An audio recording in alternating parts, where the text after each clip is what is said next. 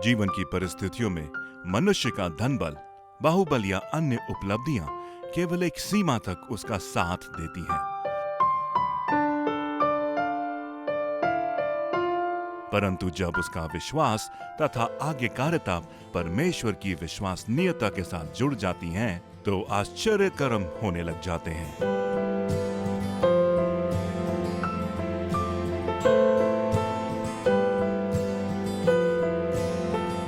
Bible एक ऐसी पुस्तक है जो जीवन की हर परिस्थिति में हमारा मार्गदर्शन करती है।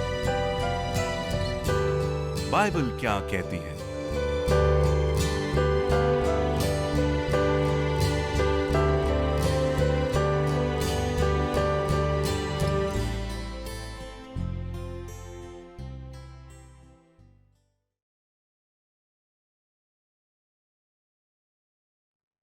नमस्कार मित्रों, मैं रिनी आपकी आशा कार्यक्रम में सबका स्वागत करती हूँ।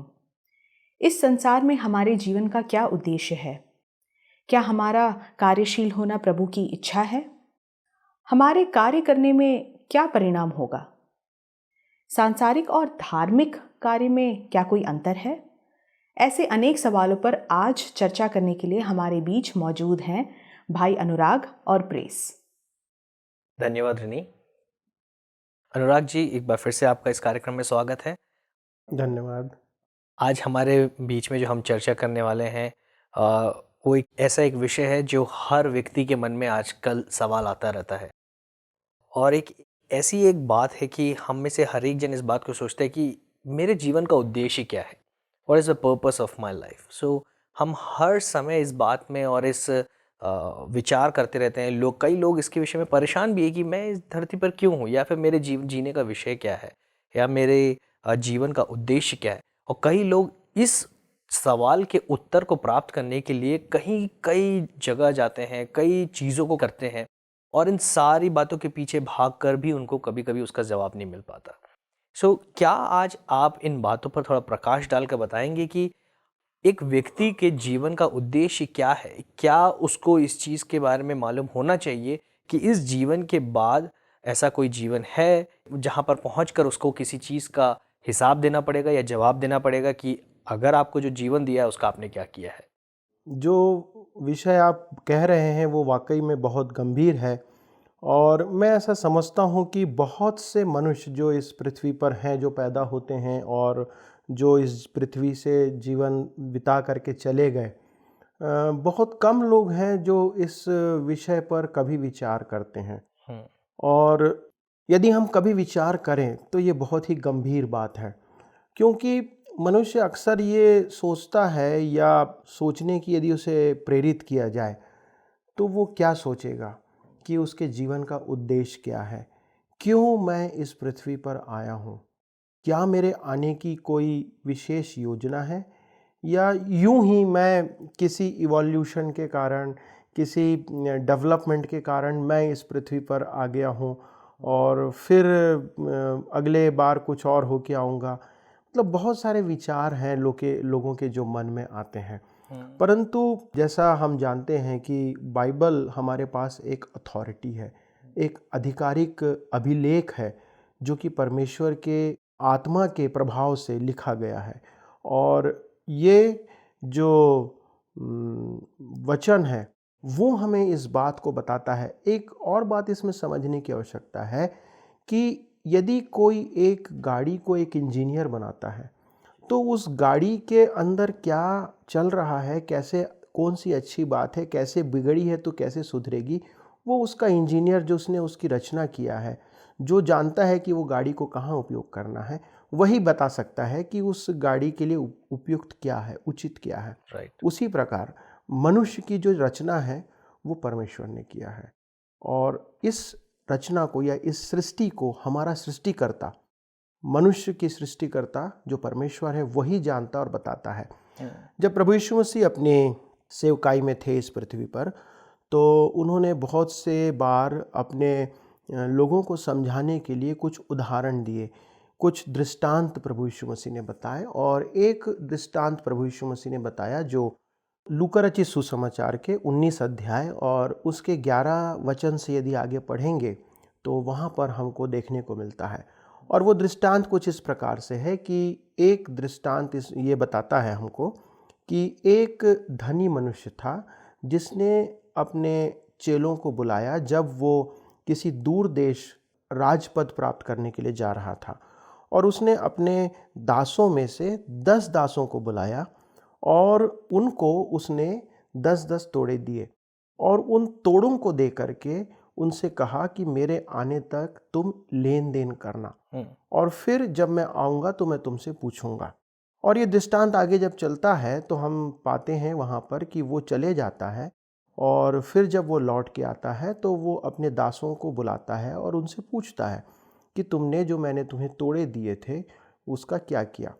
फिर पहला आता है, उससे कहता है कि तूने मुझे 10 तोड़े दिए थे, मैंने 10 तोड़े और कमाए हैं। और वो उससे कहता है कि शाबाश, या उसको प्रोत्साहित करता है और उसको कहता है कि इसको बहुत से राज्यों का अधिकारी ठहरा दो। फिर 5 वाला आता है तो वो 5 जिसको दिया रहता है वो कहता है कि मैंने 5 और कमाए हैं। वो उसको भी प्रोत्साहित करता है, उसे भी शाबाशी देता है। परंतु जिसके पास 1 था वो व्यक्ति कहता है कि मैं तुझसे डरता था, मैं तुझसे भयभीत था, क्योंकि तू जहाँ ना बोता है वहाँ से काटता है, तो इसलिए मैं डर के मारे उस तोड़े को ज़मीन में गाड़ दिया और वो ये तेरा जो तोड़ा है वो मैं तुझे वापस करता हूँ। तब वो कहता है उससे कि हे दुष्ट और आलसी दास, हे निकम्मे दास, तूने ऐसा क्यों किया? मैं तेरे ही मुँह से तुझे दोषी ठहराता हूँ। और उसे कहता है कि इसको तुम उस अनंत आग में डाल दो, यहाँ से निकाल दो, जो अनंत आग जो है सदाकाल के लिए जलने वाली है। जब इस दृष्टांत को हम पढ़ते हैं तो हमको ये समझ आता है कि जो हमारा परमेश्वर जिसने हमारी सृष्टि किया है, एक समय आएगा जो वो हमसे हिसाब लेगा, वो हमसे पूछेगा। और यहाँ पर इस बात को समझना आवश्यक है कि वो जो धनी मनुष्य था जो राजपद प्राप्त करने के लिए गया था, प्रभु यीशु मसीह स्पष्ट रूप से कहते हैं कि मैं तुम्हारे लिए जगह तैयार करने को जाता हूँ और मैं फिर वापस आऊँगा। बाइबल बताती है कि प्रभु यीशु मसीह को राजपद परमेश्वर ने प्रदान किया है जब प्रभु यीशु मसीह ने अपना जीवन मनुष्यों के लिए बलिदान कर दिया। तो उसके नाम को या प्रभु यीशु मसीह को वो स्थान है, अर्थात वो परमेश्वर के साथ है और परमेश्वर के दाहिनी हाथ की ओर बैठा हुआ है। लेकिन अब एक समय है जब वो वापस आने वाला है, जबकि प्रभु यीशु मसीह के दूसरे आगमन की बहुत सी भविष्यवाणियाँ पूरी हो चुकी हैं और प्रभु यीशु मसीह अति शीघ्र वापस आने वाले हैं। लेकिन इसके पहले ये आवश्यक है कि हम इस बात को स्मरण करें या इस बात पर चिंतन करें कि मेरे को जो समय दिया गया था उसका मैंने क्या किया है। एक अनुवाद जब हम बाइबल का पढ़ते हैं तो उसमें लिखा गया है कि मेरे आने तक तुम लेन देन किया करो, या हमको उसने एक ट्रांजैक्शन करने के लिए या जो कुछ हमारे पास है उसको उपयोग करने के लिए उसने सौंपा है। और ये दृष्टांत जो है वो हमको इसी बात को चिताता है कि हमने जो समय, जो योग्यता, जो धन संपत्ति, जो जीवन परमेश्वर ने हमको दिया है, ये किसी एक धर्म विशेष के लिए नहीं है, परंतु ये हर एक मनुष्यों के लिए है। हर एक मनुष्य को परमेश्वर ने जीवन दिया है, हर एक मनुष्य को उसने समय दिया है, चाहे वो 50, 60, 70, 80, 90 साल का हो, 100 साल उससे ज़्यादा भी हो सकता है। हर एक व्यक्ति को उसने योग्यता दिया है, हम कुछ काम बहुत अच्छे से कर सकते हैं। हर एक व्यक्ति को उसने धन संपत्ति दिया है, चाहे कम हो या ज़्यादा हो। तो ये सारी चीज़ें हमारे पास परमेश्वर के द्वारा से दी गई हैं। लेकिन बाइबल हमको ये बताती है कि परमेश्वर हमको एक भंडारी के रूप में देखता है, एक मैनेजर के रूप में, कि हमको जो कुछ उसने दिया है, यहाँ तक कि मैं कहूँगा कि हमारे को जो संतान दिया है परमेश्वर ने, बच्चे दिया है, वो भी हमारे को उसने एक धरोहर के रूप में दिया है। तो हम इन सब रिसोर्सेस का जो हमको मिली हैं, हम उसको कैसे उपयोग करते हैं और कैसे उसका काम करते हैं, ये हमारे लिए आवश्यक है। तो जैसे कि हम देखते हैं कि उत्पत्ति में भी ये परमेश्वर ने जब आदम और हवा को भी बनाया, तो ये कहना सही होगा कि परमेश्वर ने जब आदम और हवा को भी बनाया और कहा कि तुम इस पृथ्वी की देख रेख करो, सो क्या इसका अर्थ भी हम जिस बात में चर्चा कर रहे हैं उससे ताल्लुकात रखता है? बिल्कुल बिल्कुल। बहुत सी बार जब हम बाइबल को पढ़ना चालू करते हैं तो हमको ऐसा लगता है कि परमेश्वर ने जब आदम और हवा को बनाया तो उनको बना के उसने उस अदन की वाटिका में छोड़ दिया और उनसे कहा कि तुम बस यहाँ पे आराम से रहो और इन्जॉय करो लाइफ को, लाइफ जीवन के आनंद उठाओ और फलो फूलो और पृथ्वी पर भर जाओ। तो ये समझना गलत होगा। उसके पहले वहाँ पर लिखा हुआ है, यदि उत्पत्ति 2 अध्याय 15 वचन को आप पढ़ते हैं तो वहाँ पर परमेश्वर ने उन्हें काम करने के लिए हिदायत दिया। उनसे कहा कि तुम इस पृथ्वी पर काम करो और इसकी रक्षा करो। तो हमको जो जीवन परमेश्वर ने दिया है उसको परमेश्वर ने हमें कार्य करने के लिए दिया है, हमें परिश्रम करने के लिए। हमारे लिए यह आवश्यक है कि हम वो काम करें, वो कार्य करें जो जिम्मेदारी हमको सौंपी गई है। हम ये भी कई बार सोचते हैं कि जब आदम और हवा ने पाप किया तो पाप करने के बाद परमेश्वर ने उन्हें वहाँ पे परिश्रम करने के लिए, क्योंकि आदम से कहा कि जब तक तू माथे का पसीना अपने एड़ी तक नहीं बहाएगा तब तक तुझे रोटी नहीं मिलेगी। निश्चित ये एक हमारे लिए इस प्रकार से हो सकता है कि उसको परिश्रम करने का उसने बाद में और उसमें जोड़ा, लेकिन उसके पहले ही जब तक पाप इन दोनों ने नहीं किया था तभी उनको ये आज्ञा परमेश्वर की ओर से दी गई थी कि तुम्हें इस पृथ्वी के ऊपर काम करना है और इसकी रक्षा करना है। तो हम ये बिल्कुल ना समझें कि जो काम है या हमारे परिश्रम या की जिम्मेदारियां हमारे ऊपर हैं वो किसी पाप के परिणाम के रूप में या हमारे ऊपर किसी श्राप के रूप में परमेश्वर ने दिया है। ऐसा नहीं है। परमेश्वर चाहता है कि हम काम करें और परमेश्वर की जो वास्तविक योजना थी उस वास्तविक योजना के अंदर परमेश्वर ये चाहता है कि हम काम करें, हम परिश्रम करें और हम साथ में पृथ्वी की देखभाल करें, क्योंकि जो कुछ हमारे पास है वो परमेश्वर का दिया हुआ है और उसको हम किस रूप में रखते हैं, उसे बेहतर रखते हैं, अच्छा बना के रखते हैं या उसको और बेहतर बनाने का प्रयास करते हैं, वो हमारे लिए एक जिम्मेदारी है। और इसीलिए हमारी जो काम है, जो जिम्मेदारी है, जो परिश्रम हमको करना पड़ता है उसको हमें एक आशीष के रूप में लेना चाहिए, ना कि हमें श्राप के रूप में।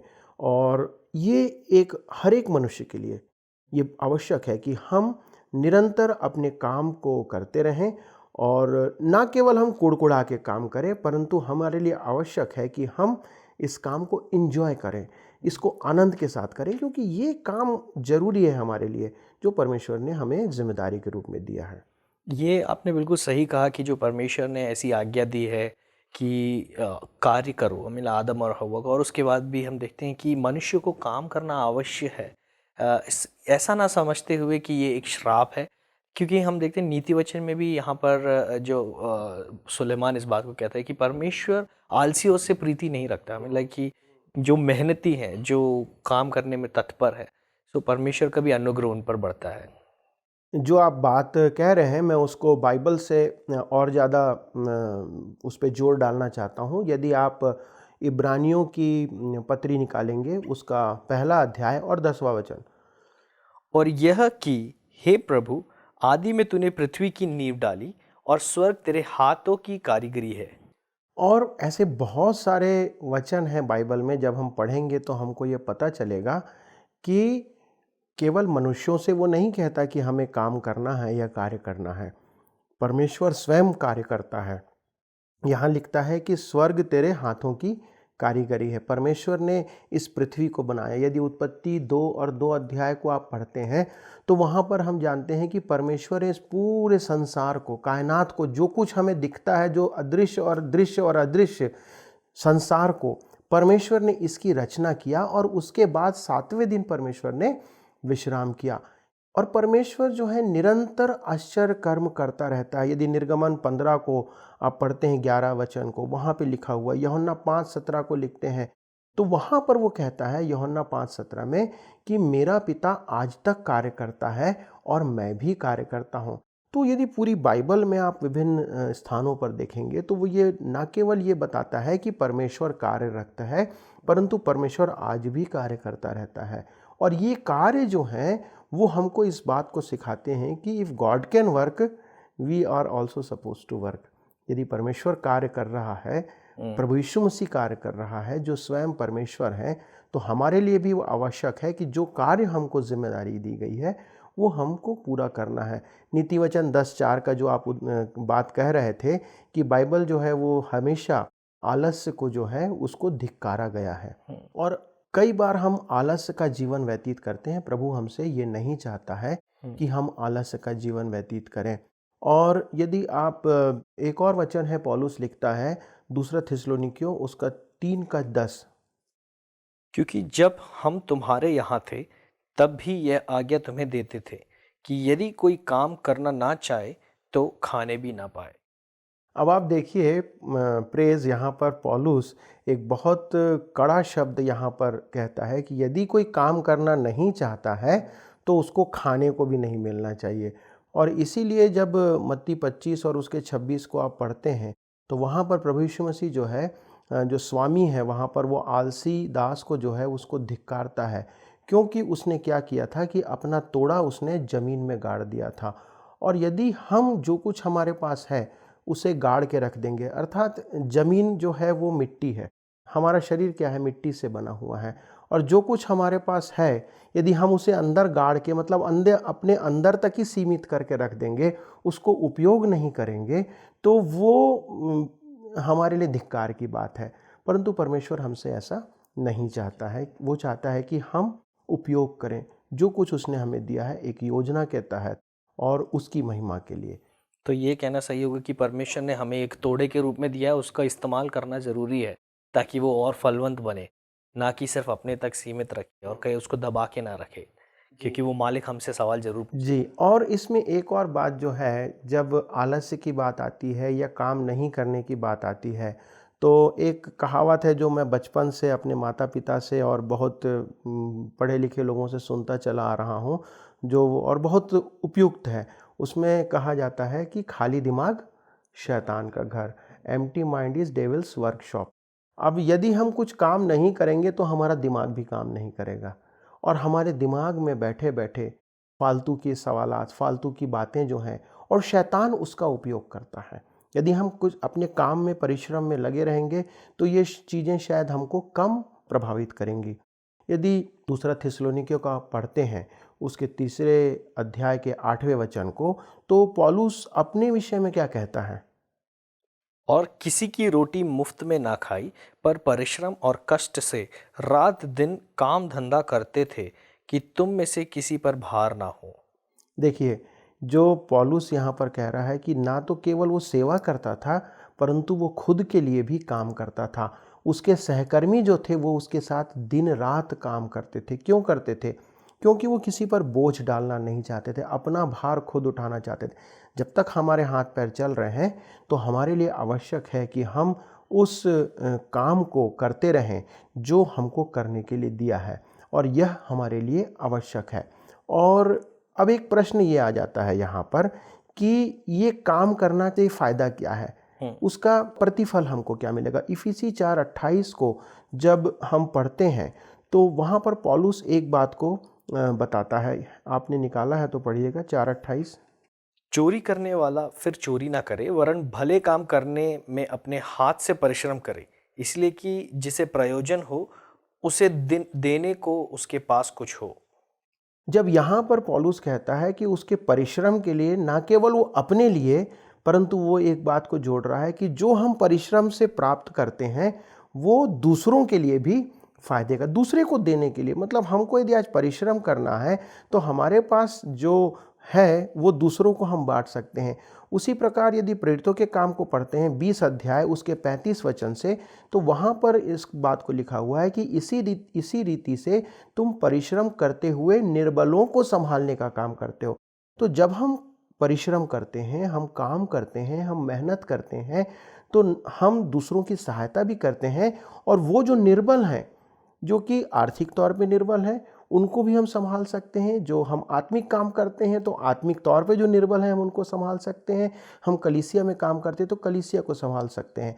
2 कुरिन्थी उसके 9 और 8 में वहाँ पर परमेश्वर का वचन इस बात को कहता है कि हमको भले काम करने के लिए परमेश्वर ने सिरजा है। काम की यदि व्याख्या आती है तो परमेश्वर ने हमको भले काम के लिए सृजा है। एक सबसे भला काम जो हम कर सकते हैं वो ये है कि किसी भी मनुष्य को प्रभु के पास ला सकते हैं, क्योंकि बाइबल ये बताती है कि जिस समय एक मनुष्य मन फिराता है और प्रभु के पास आता है तो उसके द्वारा से स्वर्ग में बड़ा आनंद होता है। ये सबसे अद्भुत काम है जो कोई भी मनुष्य कर सकता है। जब हम किसी मनुष्य को जो कि अनंत जीवन को नहीं जानता उसको अनंत जीवन में ले आते हैं। इसी प्रकार से इफिसी 4:12 को यदि आप पढ़ते हैं तो वहाँ पर बताया गया है कि ये सेवा का कार्य है। सेवा का कार्य ये है कि हम दूसरों को जो प्रभु से दूर हैं उनको प्रभु की संगति में लाने के लिए हम कार्य करें, और यह हमारे लिए आवश्यक है। आज लोगों के बीच में बहुत चर्चा होती है जो कहते हैं कि मैं तो धर्म का काम कर रहा हूँ, और कई और दूसरे लोगों को कहते हैं कि तुम तो संसार के काम कर रहे हो। सो इसके बीच में कैसा एक अंतर है जो लोगों ने आज बीच में डाल दिया कि धर्म का काम और संसार का काम? आप क्या इसके विषय में हमें बताएं? देखिए, आप एक बात को समझ लेने की आवश्यकता है कि परमेश्वर के नज़रों में कोई धार्मिक काम और सांसारिक काम नहीं होता। परमेश्वर के दृष्टि में हर एक कार्य समान है, जब तक कि हम जिस काम के लिए बुलाए गए हैं उस काम को ईमानदारी के साथ और उस काम को अपनी जितनी योग्यता है अपनी क्षमता के चरम सीमा तक करें, वो हमारे लिए आवश्यक है। ऐसा ही जितने भी जो लीडर्स हुए जो कि रिफॉर्मेटरी लीडर्स कहलाते हैं, जो धर्म शोधन के अगुए हुए, उसमें एक मार्टिन लूथर भी कहलाते हैं। इन लोगों ने कहा कि हमको विधिवत तरीके से जिस बुलाहट से परमेश्वर ने बुलाया है, आवश्यकता है कि हम उस काम को करने में अपना समय दें। इसलिए परमेश्वर के नज़रों में कोई अच्छा धार्मिक काम और कोई सांसारिक काम नहीं होता। जो कुछ हमको दिया गया है हम उस काम को ईमानदारी से परमेश्वर की महिमा के लिए, परमेश्वर की इच्छा को पूरी करते हुए करें, ये हमारे लिए ज़रूरी है। कुलुस्सियों 3 उसके 23 में पौलुस लिखता है, जो कुछ तुम करो तन मन से करो, पूरी ताकत से करो, बेस्ट करने की कोशिश करो, और यह समझकर कि मनुष्यों के लिए नहीं परंतु प्रभु के लिए। कई बार ऐसा लगता है हमको कि अरे हम तो सेकुलर फील्ड में काम कर रहे हैं, ऑफिस में काम कर रहे हैं, बैंक में काम कर रहे हैं, हमको यहाँ ढीलापन काम कर रहे हैं, अपने काम में ढिलाई रखें तो कोई बात नहीं। नहीं, प्रभु चाहता है कि हम जहाँ भी काम करें ईमानदारी के साथ काम करें, तब जा कर के हमारा समाज, हमारा देश तरक्की करेगा। तो उसके लिए हम जिम्मेदार हैं कि हम परिश्रम करें। परंतु एक चुनौती आती है जो कि हमारे लिए बहुत आवश्यक है। 1 कुरिन्थी 3:13 ये पढ़ना आवश्यक है। तो हर एक का काम प्रकट हो जाएगा, क्योंकि वह दिन उसे बताएगा, इसलिए कि आग के साथ प्रकट होगा और वह आग हर एक का काम परखेगी कि कैसा है। हाँ, ये बहुत महत्वपूर्ण है। जो कुछ काम हमें करने को दिया गया है वो परखा जाएगा। एक दिन आएगा जब उसको परखेगा, और इसीलिए जब वो सेवक को जो है वो बुला करके वो मालिक पूछता है कि तुमने क्या कमाया है। यदि हमसे प्रभु ये पूछता है कि हमको जो काम दिया गया था उससे हमने क्या कमाया, क्या हमारे कारण से प्रभु को किसी ने जाना, क्या हमारे जीवन से किसी ने प्रभु को जानने की कोशिश किया, क्या हमारे बोलने से, हमारे ऑफिस के अंदर जहाँ पे हम काम करते हैं, क्या लोग हमारे जीवन को देख करके प्रभु के बारे में जानते हैं। ये एक बड़ी चुनौती है, और इसीलिए जो है प्रभु का वचन जो है वो कहना चाहता है कि हम जो लोग हैं वो परमेश्वर और लोगों के बीच में एक याजक और मध्यस्थ के रूप में काम करते हैं। और हमको इसलिए उसने मध्यस्थ और याजक ठहराया क्योंकि उसने लिखा है कि उसने अपने सारे दासों में से 10 को बुलाया, सबको नहीं बुलाया, उसने कुछ को बुलाया और बुला करके उनसे कहा कि तुमको ये काम करना है और तुम्हारे को मैं ये जिम्मेदारी देता हूँ। हमको ये समझने की आवश्यकता है कि ये हमारे लिए एक बहुत बड़ी जिम्मेदारी है जो परमेश्वर ने हमें सौंपा है, और ये एक बहुत बड़ी हमारे लिए आदर की बात है कि परमेश्वर ने हमें ये सौंपा है जो स्वर्ग और पृथ्वी का मालिक है। एक वचन पढ़िएगा जो कि हमको मिलता है यहेजकेल 3:17 में। हे मनुष्य के संतान, मैंने तुझे इज़राइल के घराने के लिए पहरे नियुक्त किया है। तू मेरे मुंह की बात सुनकर उन्हें मेरी ओर से चिताना। यहाँ पर परमेश्वर इज़राइल के विषय में कह रहा है, हे मनुष्य की संतान, मैंने तुझे पहरुआ नियुक्त किया है। आप जिस देश में रहते हैं, आप जिन लोगों के बीच में रहते हैं, उन लोगों के बीच में परमेश्वर ने आपको एक पहरुए के समान, एक चौकीदार के समान, एक चिताने वाले व्यक्ति के समान स्थापित किया है।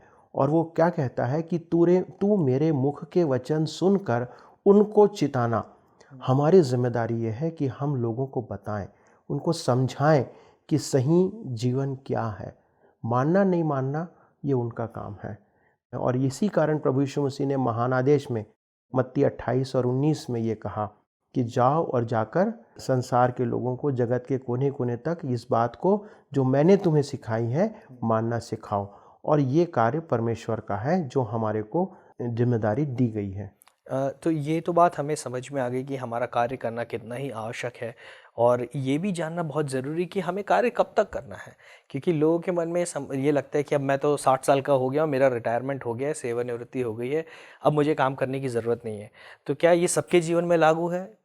देखिए, ज़रूर सरकार अपने लोगों के लिए एक नियम ठहराई है कि हम 58 साल या 60 साल तक काम करें, लेकिन परमेश्वर के दृष्टि में जब तक हमारे हाथ पैर चल रहे हैं, जब तक हमारा जीवन है, तब तक हमें कार्य करने की आवश्यकता है।